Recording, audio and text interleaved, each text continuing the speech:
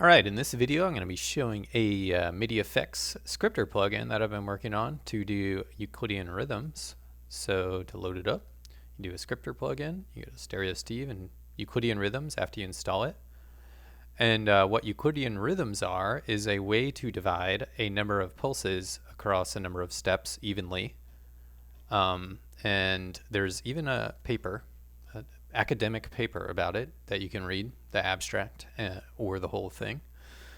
And it uses a recursive algorithm to sort of, do this greatest common denominator type of thing and space the pulses evenly over a given number of steps. So there's only 3 parameters, and using those 3 parameters, you can describe most of the polyrhythms in all the musical cultures of the world.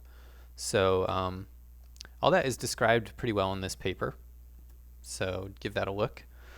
But yeah, the 3 parameters is the number of pulses, the step count, and the offset. So if you slide the offset, over here is this Unicode depiction of a pattern.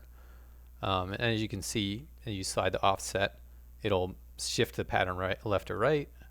You can increase the step count and increase the pulse count that gets spread out across the steps. And you could do an odd number of steps to get like cool repeating, irregular repeating structures, all that jazz. So that's the idea. I'll just disable it for now. Press play here. Has a basic drum beat and some held chords that I played on the MIDI keyboard. So when we enable this, the notes, it's essentially a note repeat plugin that does repeating using the Euclidean pattern in these parameters. So it's a little bit more interesting than just a 16th note repeat. You get a little bit more rhythmic texture, so it's fun. You can use it. And another fun thing about it is that because it's just these simple 3 parameters, you can kind of play around with them and quickly explore and try to find different combinations that sound cool or interesting without having to go with your mouse and reprogram a step sequencer or an arpeggiator or any of those kind of things. So I think it's cool to have this kind of parametric control over note repeat and pattern stuff. And another cool thing is that, as with all scripter plugins, these parameters, you can automate them, using the automation lane. So, you could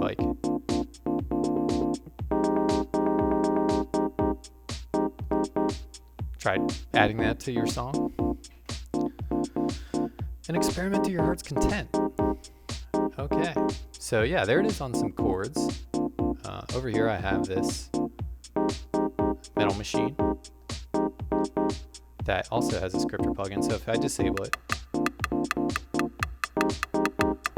I have it on my pads, and the scripter plugin has written, there's the automation kicking in.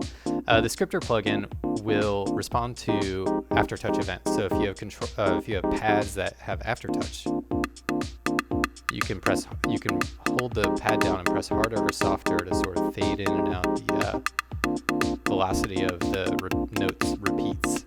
And if you press 2 pads in close succession, you'll get some interesting interplay between the 2 running rhythms. So here we go.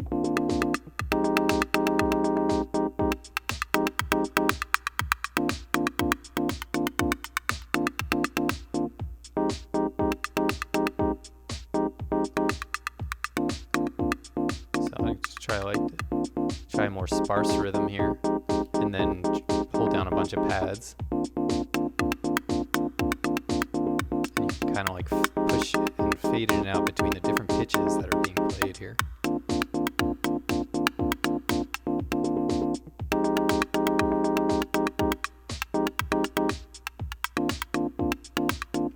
And let's bring in the bass line. Recorded a shitty bass line, so.